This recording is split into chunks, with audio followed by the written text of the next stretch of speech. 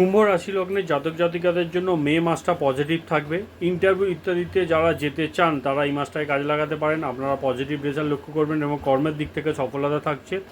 ব্যবসা বাণিজ্যের ক্ষেত্রে ভালো গ্রোথ এই মাসে লক্ষ্য করবেন। যারা ম্যারিড আছেন তাদের দাম্পত্য জীবনের ক্ষেত্রে উন্নতি এবং পার্টনারের জীবনের ক্ষেত্রে উন্নতি, পার্টনারের লাইফের ক্ষেত্রে একাধিক অপরচুনিটিস এখানে কুম্ভ রাশি লগ্নে জাতক জাতিকারা লক্ষ্য করবেন। ভাগ্যের সাপোর্ট এখানে আপনাদের জন্য থাকছে। বৃহস্পতির পজিটিভ পরিবর্তন, বৃহস্পতি আপনাদের পঞ্চম স্থান দিয়ে গোচর করছে, তো পজিটিভ পরিবর্তন এটা আপনাদের হবে। বুদ্ধির সঠিক প্রয়োগ আপনারা করতে পারবেন।